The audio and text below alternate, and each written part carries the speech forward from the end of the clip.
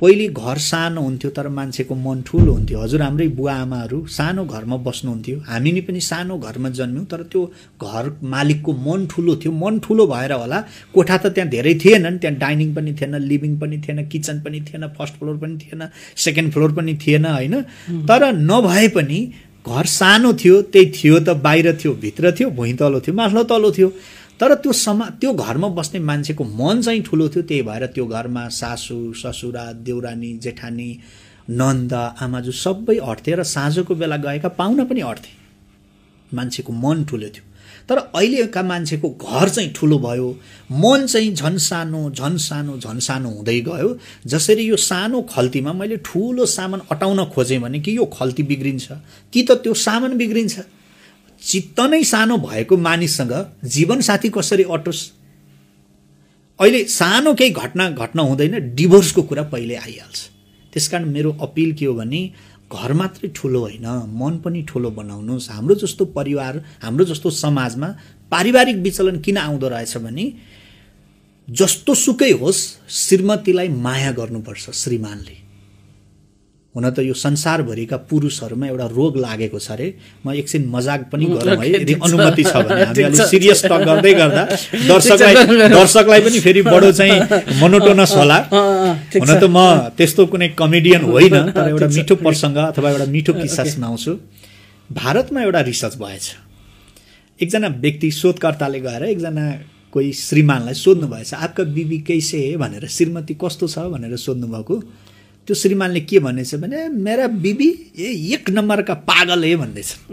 मेरो श्रीमती पागलै छ। अनि पडोसी नि छिमेकी चाहिँ कस्तो हुनुहुन्छ? छिमेकी त बहुत सुन्दर हुनुहुन्छ भन्नुहुन्छ। अब ती सोध्ने मान्छे पल्लो घरै गए, त्यो सुन्दर छन् भन्नेका श्रीमानलाई भेटे, सोधेछन् तपाईको श्रीमती तपाईलाई कस्तो लाग्छ? एक नम्बरको बेउडी छ, के भन्छ देब्री छ, पागल छ, कुरै बुझ्दिन, मूर्ख छ, यो पागल छ भनेछ। अनि छिमेकी त ऐश्वर्या राय जैसा भनेछ कि। संसारभरिका पुरुषलाई एउटा रोग लागेको हुन्छ। त्यो के हो भने आफ्नो श्रीमती होइन अरू नै राम्रो देख्ने। त्यसकारण मेरो अपिल के हो भने श्रीमान जति हुनुहुन्छ यो कार्यक्रम सुन्ने हेर्ने र इभन श्रीमतीहरूले हेरे पनि श्रीमानलाई सम्झाउनुहोस् कि श्रीमानले जस्तो सुकै भए नि श्रीमतीलाई माया गर्नुहोस्। मायाको अभावमा श्रीमतीहरू विचलित हुन्छन् एउटा। दोस्रो छ श्रीमतीहरूले पनि त फेरि श्रीमानलाई त दोहोरै हुनु पर्यो, दोहोरै हुनु पर्यो त हुँदैन। त्यही त फेरि एक रथका दुईटा पाङ्ग्रा पनि बज्दैन होइन।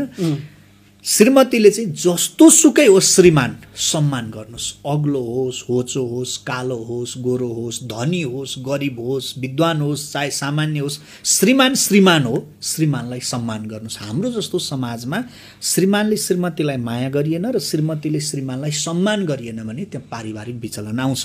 श्रीमतीहरूमा पनि एउटा समस्या छ, यदि अनुमति दिनुहुन्छ भने म सेयर गर्छु।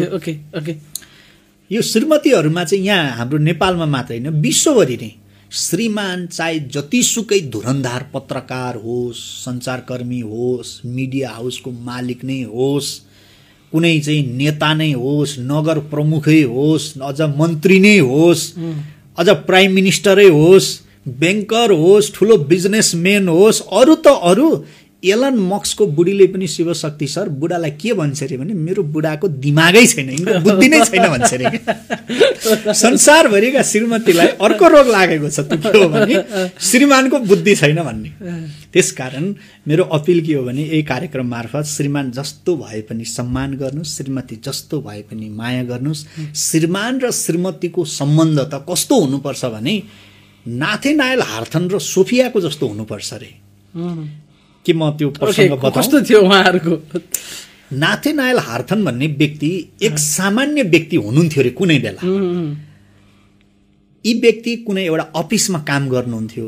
एक दिन ती व्यक्ति अफिस गएका 12-12:30 थरथर थरथर कामदै ओठ मुख सुकाएर खलखली पसिनाले भिजेर नित्रुक्क भएर फर्केर आउनुभयो। श्रीमतीले देखिन् श्रीमान न्याउरो अनुहार लगाएर आउँदै गरेको देखेपछि आज अफिस छुट्टी हुने बेला त भएको होइन, किन श्रीमान छिटै आउनुभयो, अनुहार पनि अँध्यारो छ, कतै स्वास्थ्यमा केही भयो कि भनेर दौडिँदै गेटमा लिन पुगिन्। जब गेटमा पुगेर हेर्छिन् त श्रीमान पसिनाले नित्रुक्क भिजेका छन्, थरथर थरथर कामिरहेका छन्, ओठ मुख सुकेको छ।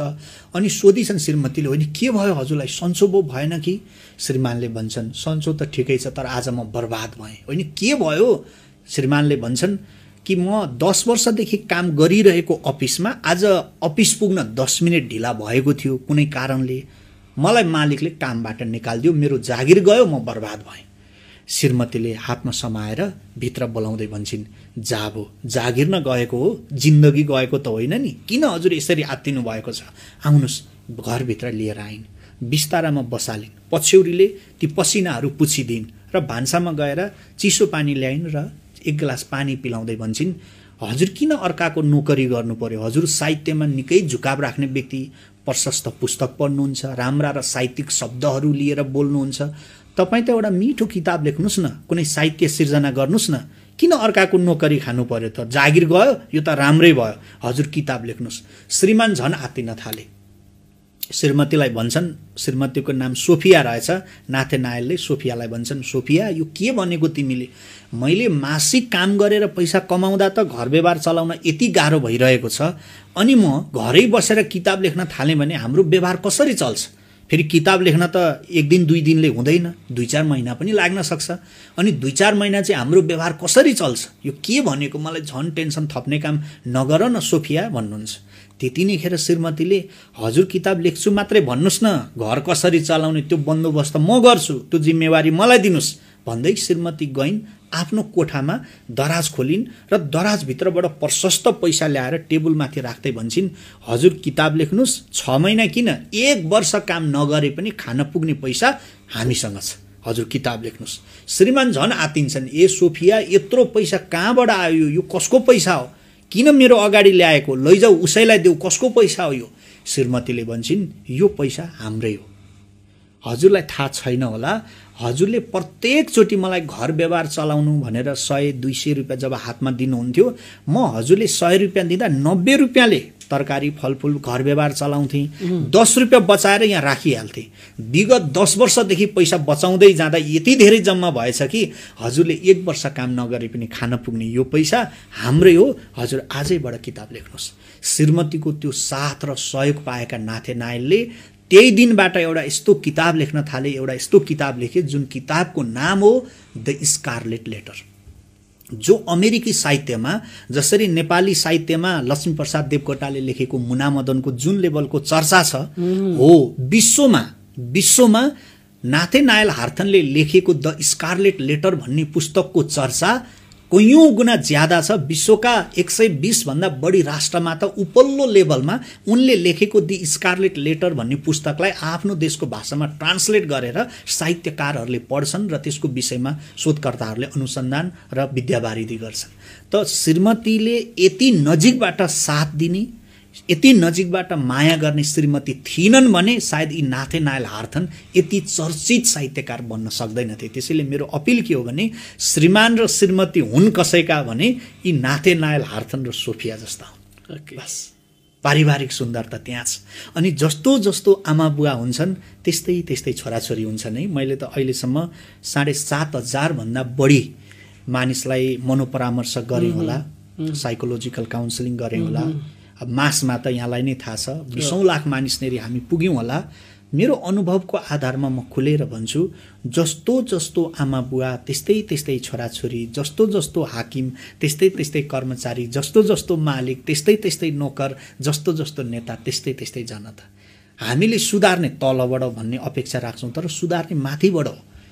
त्यसकारण सुध्रिएको हाकिम भएको कार्यालयमा कर्मचारी पनि सुध्रिएका हुन्छन्, सुध्रिएका आमा बुवा भएका ठाउँमा छोराछोरी पनि त्यस्तै राम्रा हुन्छ। त्यसकारण सुधार्नुपर्ने माथिबाट हो। त्यसैले यो कार्यक्रममा म अर्को पनि अपिल गर्छु, संस्कार भन्ने कुरा, अनुशासन भन्ने कुरा, स्व अनुशासन भन्ने कुरा बजारमा किन्न पाइने चिज होइन। नत्र त एउटा धनाढ्य मान्छेले गएर लाखौं रुपियाँमा संस्कार किनेर ल्याएर बच्चालाई दिन सक्थ्यो होला नि। धनीका छोराछोरी किन बिग्रिनु पर्थ्यो? र गरिबले पनि आफ्नो बालबच्चालाई चाहिँ यदि यो शिक्षा अनुशासन र संस्कार भन्ने कुरा बजारमा किन्न पाइन्थ्यो भने त बरु घर घडेरी बेचेरै भए पनि छोराछोरीलाई उचित संस्कार दिन सक्थ्यो होला नि त। बजारमा किन्न पाइने चिज होइन संस्कार, सोच, मनोबल भन्ने कुरा। त्यो भनेको सामाजिक परिवेश, पारिवारिक परिवेशबाट आफै भित्रबाट जागृत गराउनु पर्ने चिज हो। त्यसैले आफैबाट सो जागरण हुनु जरुरी छ। र आजको यो इन्टरभ्यू हेर्ने तमाम व्यक्तिहरूले पनि सफलता बाहिरी दुनियाँमा खोज्ने होइन, राम्रो कुरा बाहिरी दुनियाँमा खोज्ने होइन, राम्रो कुरा आफै भित्रबाट डेभलप गरेर, आफै भित्रबाट विकास गरेर मान्छे एउटा लक्ष्यसहित, एउटा सङ्कल्पसहित होइन, एउटा चाहिँ एक प्रकारको चाहिँ कमिटमेन्ट र एउटा हौसलाका साथ अगाडि बढ्ने हो भने हर कोही मान्छेको जीवन सार्थक हुन्छ, सुन्दर हुन्छ। म यही सार्थक र सुन्दर जीवनको शुभकामना पनि दिन चाहन्छु।